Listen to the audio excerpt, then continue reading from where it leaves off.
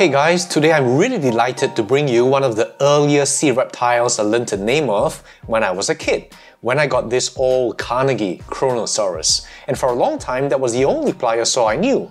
And in fact, I didn't even know the difference between pliosaurs and mosasaurs. I've reviewed the PNSO Mosasaurus, which could fall into the 1 to 35 scale, so I've always hoped for a pliosaur in the same scale. And now we have Jeff, the Kronosaurus.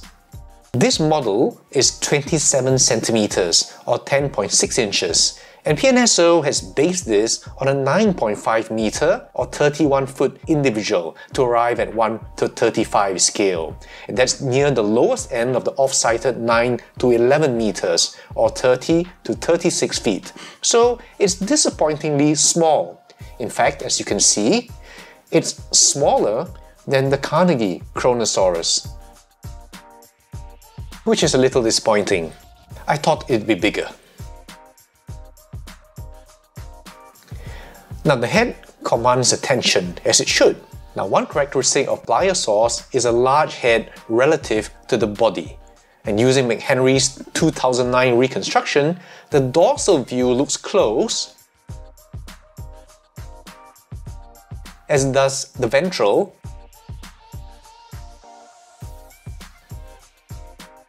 but in the lateral, you can see that the skull and jaw look a little too deep and robust. The jaw is articulated and open or closed. This Kronosaurus looks so good. I'm happy to say it closes nicely and it holds various positions well.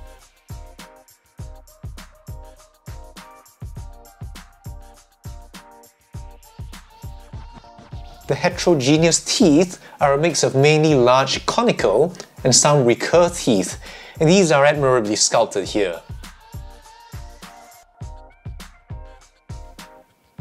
Now as for the painting, it's much better than recent theropods we've seen. It does lose some subtlety in the yellowing near the roots that you see in the release images,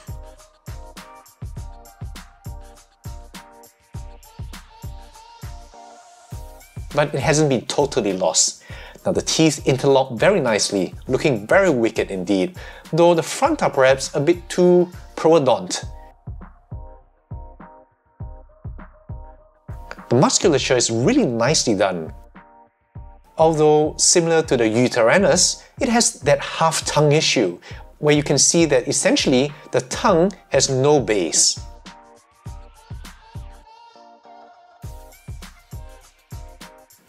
The tips are quite pliable,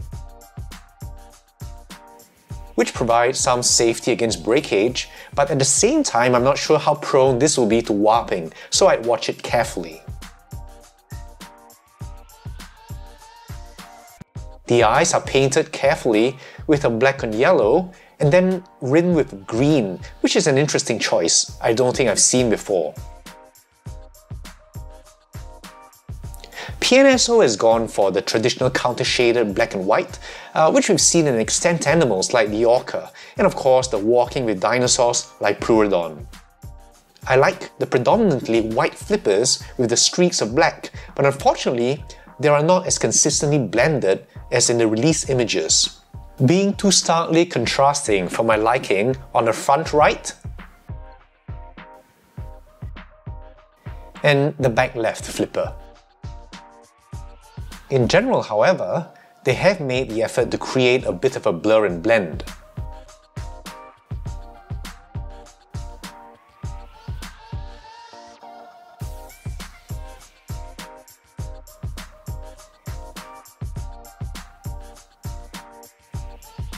The skin texture is very much smoother than the fish skin effect we saw in the Mosasaurus.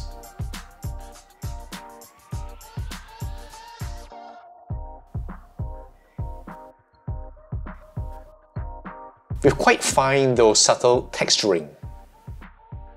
Now some might argue it's more realistic, but when you place them side by side, it does look very simple.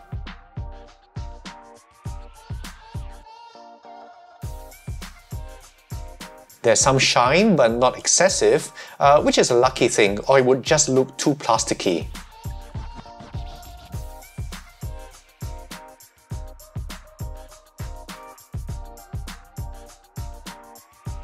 And here they've even crafted a cloaca and highlighted it in pink. So just a quick pass.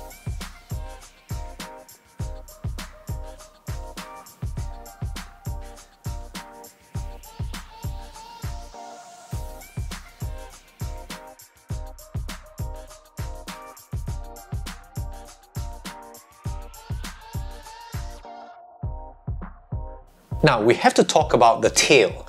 The tail is interesting to say the least. Not only does it have a fluke, it's horizontally oriented, suggesting swimming by moving in the sagittal plane and not side by side in the transverse. It's also oriented downwards to emphasize this use. Traditionally, plesiosauroids and pliosaurs were reconstructed with simple, blunt, tubular tails, such as these Carnegies.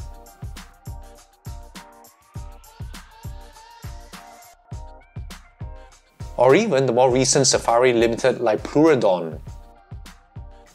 However, this has been challenged. Smith in 2013 inferred from bony anatomy that Romeleosaurus, a plesiosaur, had a tail fin. Now first, in the left lateral view, you see these two foreshortened caudal vertebrae, together forming a distinct node, suggesting where the tail fin might begin. And second, in the ventral view, you see towards the end the vertebrae becoming laterally compressed, meaning from the side. And from these he inferred a vertically oriented tail fin. On the other hand, you have papers like the Otero et al. 2018, who presented another plesiosaur, Aristognathus, and based on the tail that was dorso-ventrally compressed, meaning from top and bottom, they proposed a tail fin but oriented horizontally. Now Senekov 2019 also suggests that an analog might be the manatee, and proposes a horizontal tail fin with a rhombic shape like a manatee. Now all this is really interesting, especially if the material they were studying weren't deformed in some way, but I'm not really invested one way or another. I will suggest that in the manatee, if you compare the size of the one pair of flippers with the tail size, you'll see the tail still generates most of the power, unlike the plesiosaurs. And this downward push of the tail requires a mobility here I'm not sure it would have had. But besides that, it's been accepted that plesiosaurs, which include both the pliosaurs and the plesiosauroids, had pretty much abandoned tail propulsion and swam mostly with their flippers. The tail might act as a rudder, but important players for swimming will be the flippers. So I do wish they'd kept this a bit straighter and left it more ambiguous. But to the flippers. Now here the rear pair are slightly larger than the front as in many pliosaurs, and there's a nice detail in the jagged fraying of the edges.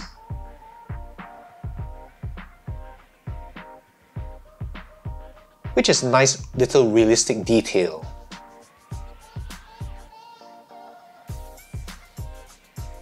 There have been many theories how they were used: front pair only, back pair only, alternately, figure eights and what have you. An example of an interesting idea was suggested by Hawthorne et al. In 2019.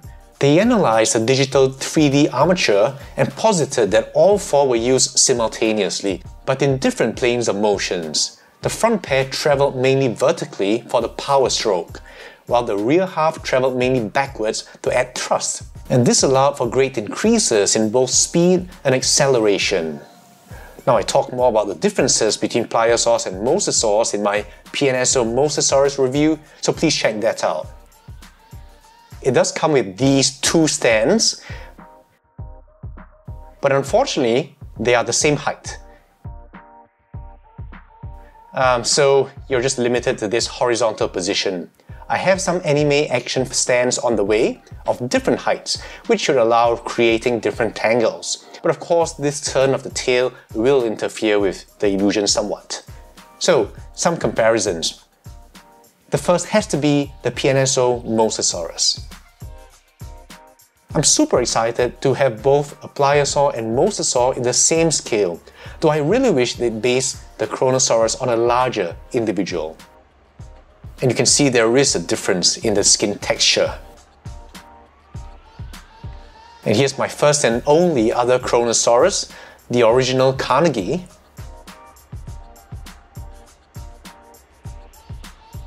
The Safari Limited Lipleurodon,